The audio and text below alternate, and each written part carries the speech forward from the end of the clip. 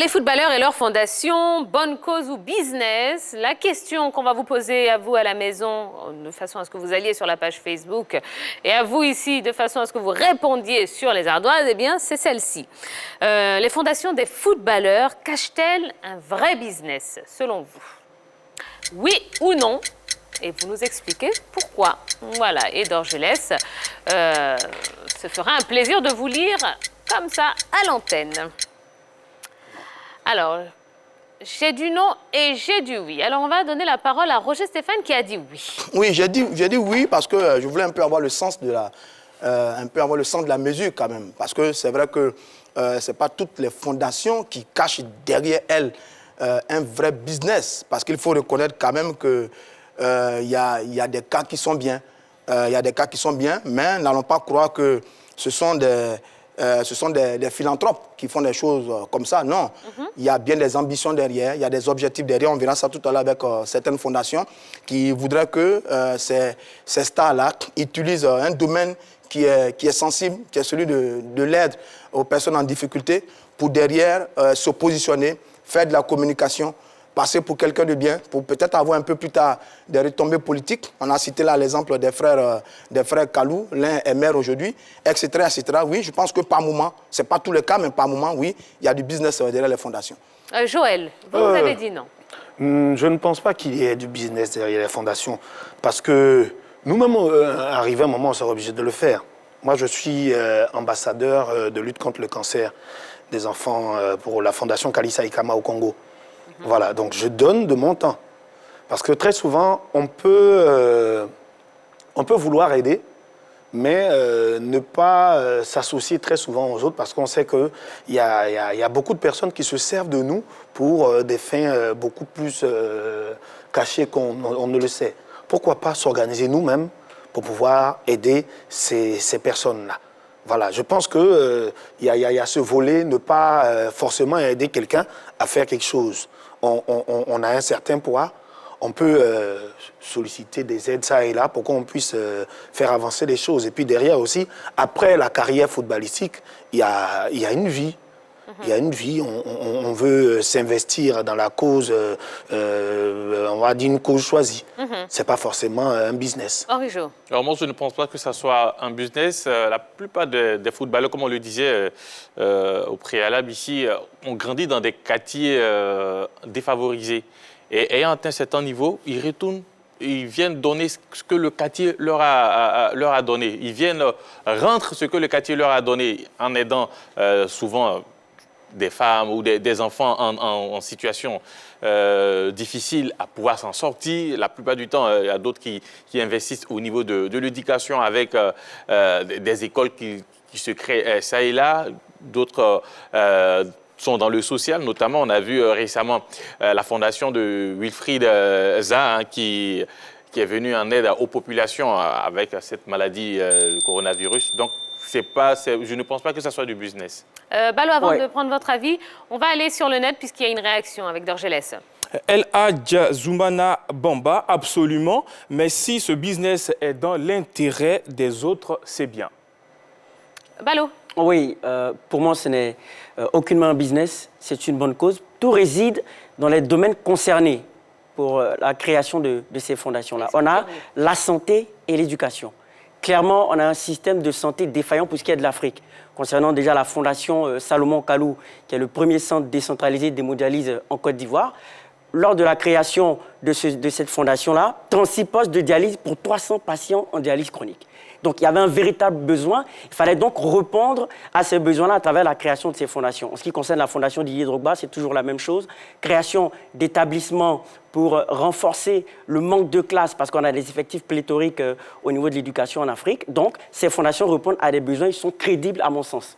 D'accord. Bon, moi, j'écoute tout le monde sur le plateau, mais il y a un aspect quand même qu'on a tendance à omettre, c'est que finalement, ça fait du bien à l'image, ça arrange bien quand même. C'est exactement ça, Tia. C'est pour ça qu'il ne faut pas voir ça aussi simplement. Je dis, c'est une très belle chose de vouloir aider les gens. Ils ont du cœur, c'est des célébrités qui veulent venir aider des gens, des leaders qui veulent contribuer au bien-être des gens autour d'eux. C'est magnifique. Mais alors là, il faut faire attention. Parce que quand Samuel Eto'o Fils crée sa fondation, c'est une académie de football. À côté, on prend des cours pour préparer les gens. J'ai pu découvrir la technique de la récupération de l'eau pour travailler dans l'environnement. C'est une excellente chose. Mais les jeunes footballeurs, ils se vendent à coups de millions. C'est Eto'o qui va empocher les dividendes. Là, Salomon, il est maire aujourd'hui, Kalou. Il est maire parce qu'on a poli son image. Didier Drogba, il va être président de la Fédération de football. Et tout le monde le regarde comme le grand Drogba, grand footballeur, homme de cœur, qui a une fondation pour soigner les gens. Donc, il faut faire attention. Parce que l'idée qui est derrière, c'est de façon sensible et, je veux dire, avec beaucoup de malice, polir l'image, travailler l'image en termes de communication pour se positionner comme quelqu'un de bien, de très généreux, donc à qui on peut faire confiance dans d'autres secteurs d'activité. Je pense que c'est cette idée-là qui, pour la plupart, est derrière les différentes fondations. Moi, je suis pour cet aspect, je suis d'avis. Mais moi, je connais des fondations. Il y a des footballeurs, il y a des gars qui ont créé des fondations qui ne sont pas allés plus loin que leur idée. Voilà, c'est dit, ils ont commencé. Et puis, quand ils perdent de leur influence sur les terrains, la fondation disparaît. On ne se met pas dans une fondation pour en faire une. Si on sait qu'on ne va pas tenir la route, on arrête. Voilà, il y a des gens qui sont d'un certain charisme dû à leur popularité. On n'a pas le choix. Quand on atteint un certain niveau de popularité, il y a des gens qui nous courent après.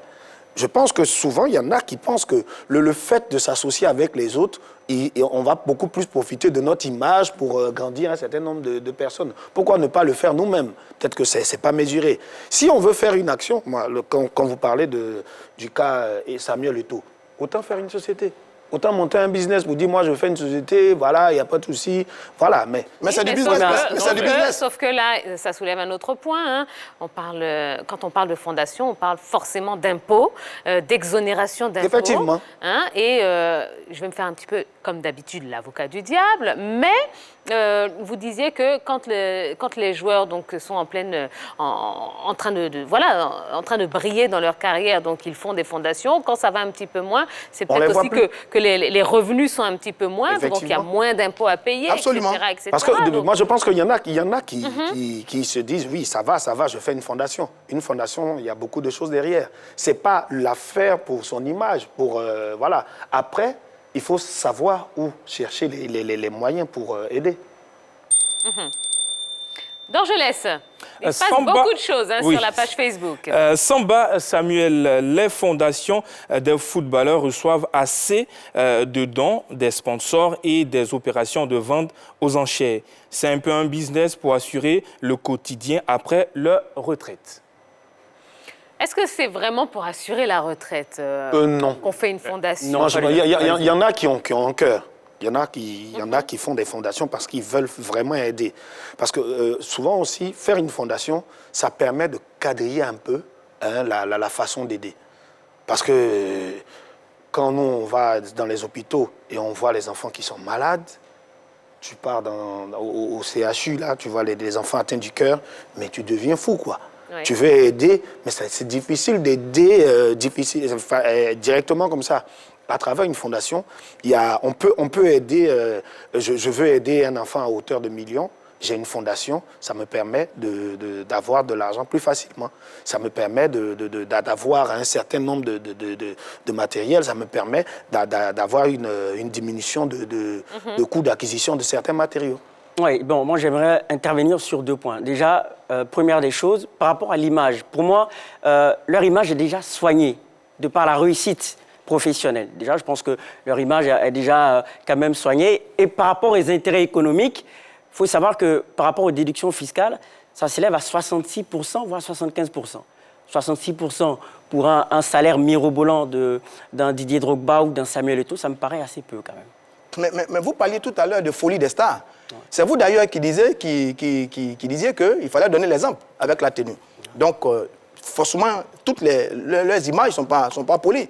Parce qu'il y a parmi ces stars-là qui mènent cette vie ostentatoire-là, qui ont des fondations. Messi, il a une fondation, mais il a une vie que vous critiquez tout à l'heure. Donc, forcément que la carrière ne vous prédispose pas à avoir une vie, je veux dire, toute belle, un modèle. Non, pas forcément.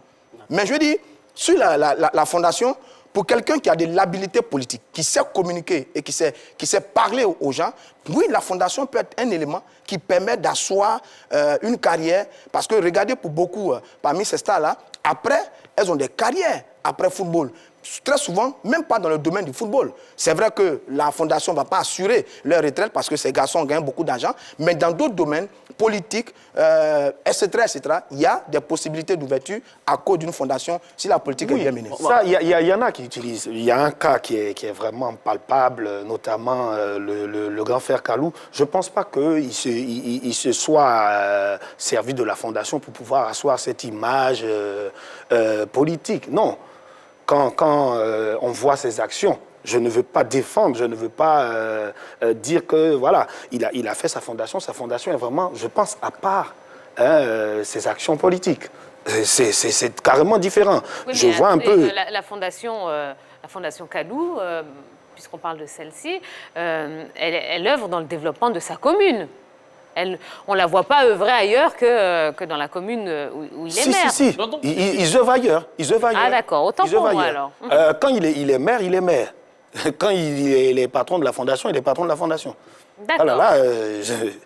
Rapidement, rapidement, parce juste qu'après, il y a pour rebondir beaucoup sur un point. de réactions. En fait, c'est vous dire que la création de la fondation ne change rien le comportement. Par rapport à l'image, c'est plutôt le comportement qui est mis en avant. Certes, Kylian Mbappé a créé une fondation, mais au-delà, c'est le comportement du jeune homme qui attire l'attention, je pense. Voilà. D'accord. Donc, je laisse. Notre page Facebook est en ébullition. Hein.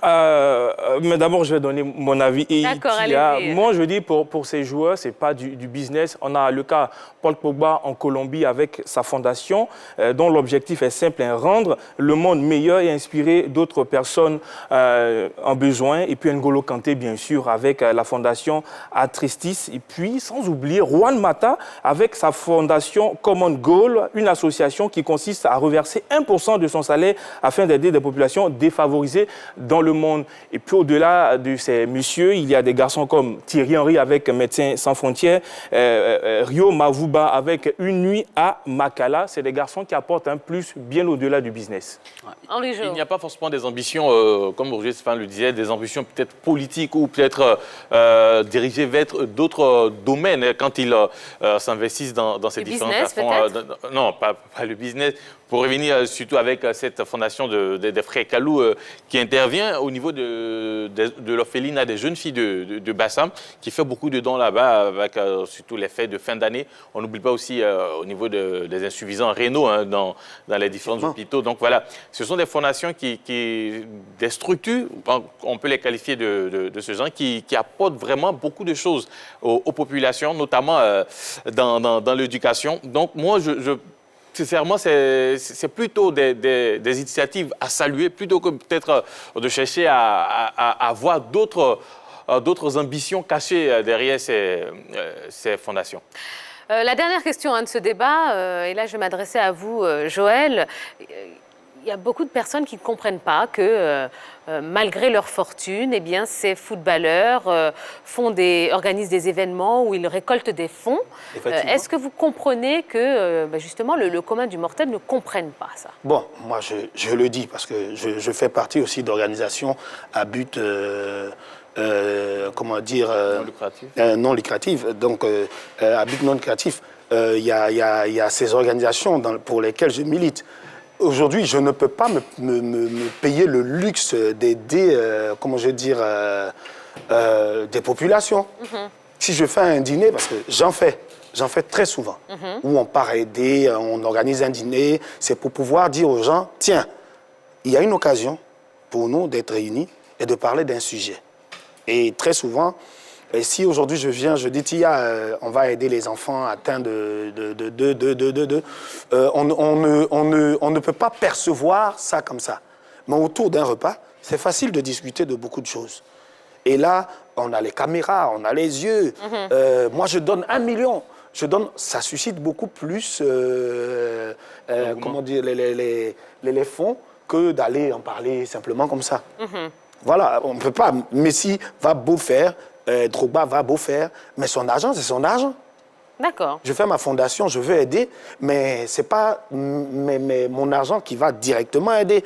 Oui, mais le problème qui est posé, c'est pourquoi Le problème qui est posé, c'est pourquoi Kylian Mbappé, par exemple, est-ce qu'il a besoin d'apport extérieur pour financer sa fondation? Il y a tout l'argent qu'il a. Effectivement, non, s'il vous plaît.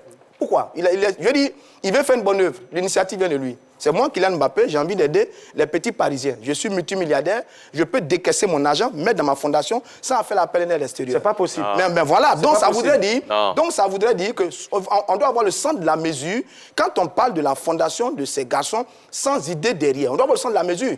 On a bien compris votre point de vue. Merci, Voilà. merci. On est pris par le temps, donc ça, on pourrait en parler. Il faut qu'on en parle encore. Non, mais bon, vous reviendrez pour qu'on termine cette discussion. Effectivement. D'accord. Pour l'instant, eh bien, on va jouer un petit peu, on va se détendre. Parce qu'après un sujet aussi lourd que celui des fondations, on va jouer et on va savoir qui est le plus calé autour de la table.